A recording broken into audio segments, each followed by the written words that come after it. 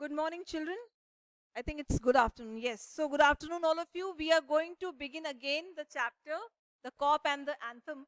And as you all know, that how Soapy is so much worried, he is looking for ways to somehow get into this island, right? Blackwell's Island, where there is a prison, and he can have a safe stay because the winters are approaching. And as you know, this central character of the story, Soapy, is penniless. He has no money. And in the beginning only, the writer has shared ample of examples that how the weather is changing, and then people are getting ready for the coming season. What kind of special preparation they have to do?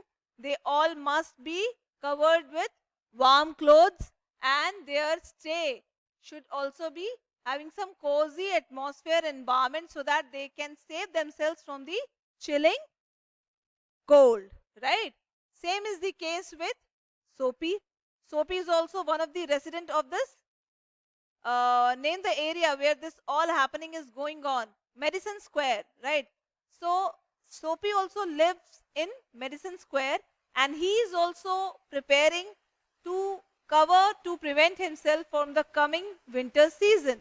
Now he has one plan. What is that? He plans to somehow get shifted to this prison so that he can get free food and free shelter. Okay. Now I should continue the next part. We have covered till here, till the first part before these bullets, and I'm on page number 22. You all are having your books with you. Do you nod your head? Okay, okay, seen. So let us continue. There were many easy ways of doing this. The most pleasant way was to go and have a good dinner at some fine restaurant. Then he would say that he had no money to pay, and then a cop would be called. It would all be done very quietly. The cop would arrest him. He would be taken to a judge. The judge would do the rest. Who can explain me the meaning of these lines? I should begin with Abhinav as he is. Okay, I shall give you chances. I already asked to use the chat section for the people who are there on the team. One boy is here with me because of some condition. He has to come to school. So let me invite Abhinav. I shall use chat section. Use chat section. So, Soapy want to go to the Blackwell Island, but there were many ways to doing this.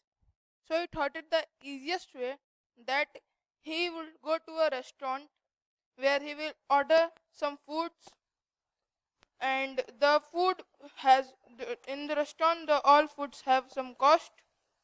If he, and he is not having money, so he'll say that I am not having money, and the restaurant owner will be angry and he will call the cop, and the cop will arrest him, and he will take to him to the court. Yeah, to the court. I suppose Abhinav is trying to say that this is one of the way how Soapy can land himself in prison, right? So he has come across this idea. All right, now I would like to take some questions from students, and yeah, Vivek, unmute yourself and answer me. If this was a good idea, Vivek, was this a good idea?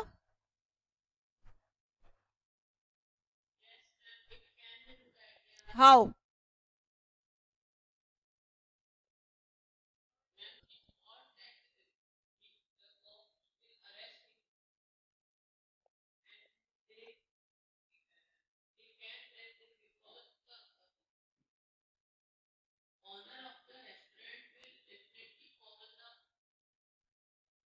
Okay, got it. Okay, okay, Tanmay, you answer me. Name the area where Soapy is living right now.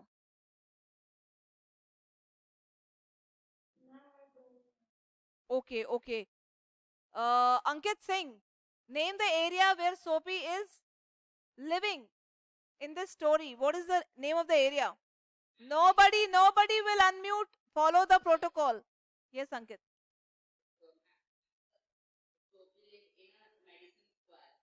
Soapy lives in the Madison Square.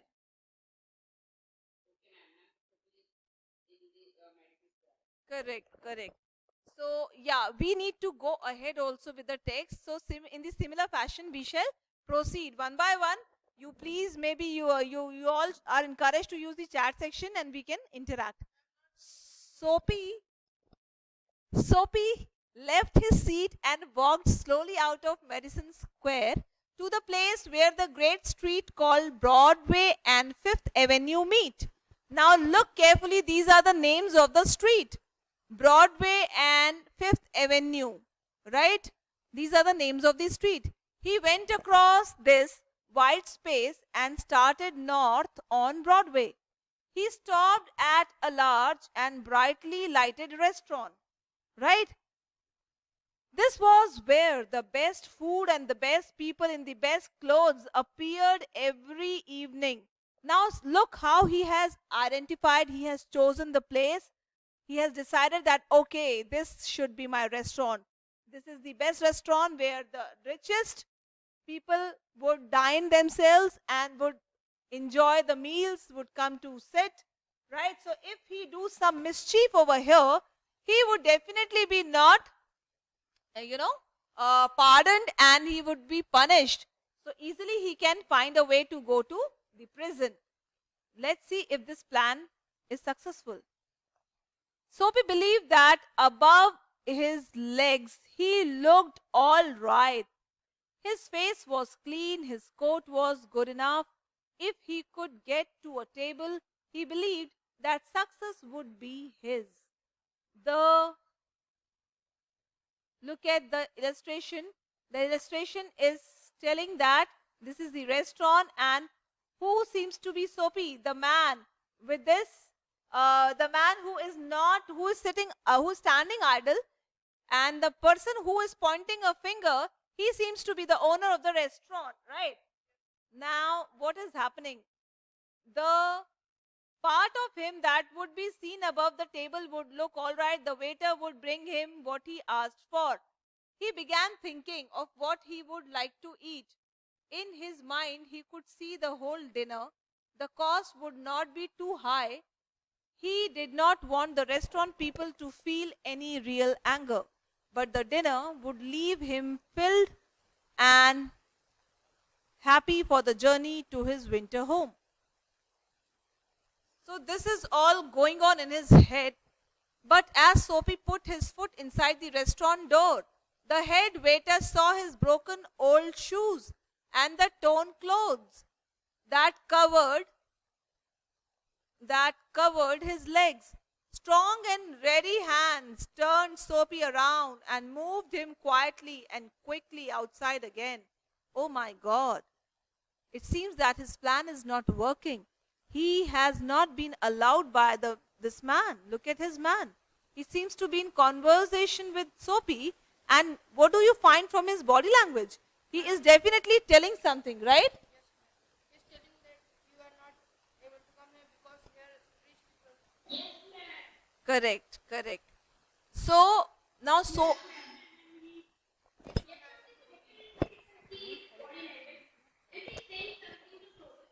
exactly. Now, Soapy, what happens next to Soapy? Let's see. So, yeah, but okay, Soapy turned off Broadway. It seemed that this most easy way to the island was not to be his. Means the plan did not work for him. He must think of some other way of getting there. As at a corner of 6th Avenue, now this is the name of the street. At a corner of 6th Avenue was a shop with a wide glass window, bright with electric lights. Soapy picked up a big stone and threw it through the glass. People came running around the corner. A cop was the first among them. Soapy stood still and he smiled when he saw the cop. Look how happy he is and how people are at standing at his back, and there is one cop in his front, and he seems to be planning something. Where is the man that did that? Asked the cop. Don't you think that I might have done it? Said Soapy. He is taking advantage of the situation. He was friendly and happy. What he wanted was coming towards him. But the cop's mind would not consider Soapy. Men who break windows do not stop there to talk to cops. They run away as fast as they can. The cop saw a man further along the street running. He ran after him, and Soapy, sick at heart, walked slowly away. He had failed 2 times. Now, children, again the plan has flopped to go to Blackwell's Island because what he thought did not happen. The cop seemed to be a good man, and he gave a free chance to Soapy. He turned down his suggestion that, don't you think that I might have done it? So what did he reply? He said that no. Usually people who does such thing, they do not stay back to interrogate and to get, to be held by people and to help them, right?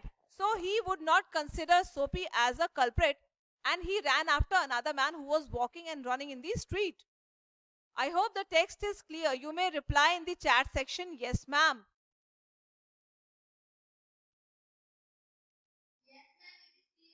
Chat. Okay, okay, okay. I can. Okay, nice. Now,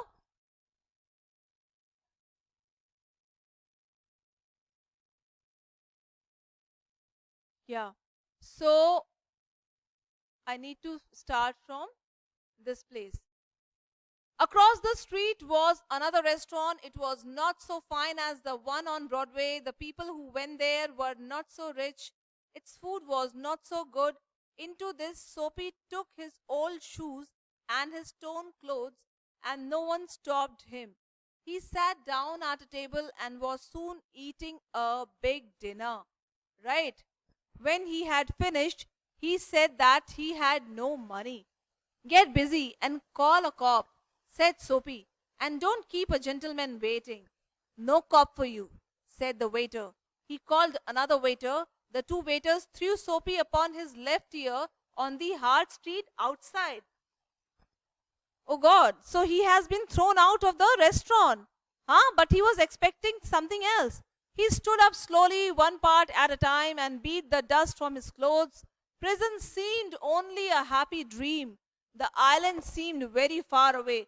Now, children, Soapy is so sad in his heart. There is nothing seems to be working for him. He has tried so many ways to get into the prison, but every time his plan flops. A cop who was standing near laughed and walked away. Soapy started moving again. When he stopped, he was near several theaters.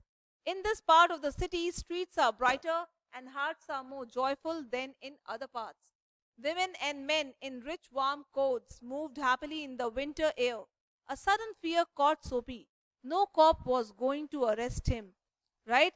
Now, what is going on in his head that, oh my God, I think nobody will arrest me even after I keep trying. And he is walking across the street all alone, and these thoughts are coming to his mind. Look at this illustration. It seems that somebody has caught hold of him. Okay. Soapy tries his luck twice again, but cops remain indifferent as ever. Soapy is suddenly reminded of his childhood home and mother and resolved to turn over a new leaf. Feeling a hand on his arm, Soapy turns around to see the broad face of a cop. Now, these are the bullets which are foretelling what is going to happen next. Then he came to another cop standing in front of a big theater. He thought of something else to try. He began to shout as if he had too much to drink. His voice was as loud as he could make it. He danced, he cried out, and the cop turned his back to Soapy and said to a man standing near him, "It's one of those college boys. He won't hurt anything. We have orders to let them shout." Soapy was quiet.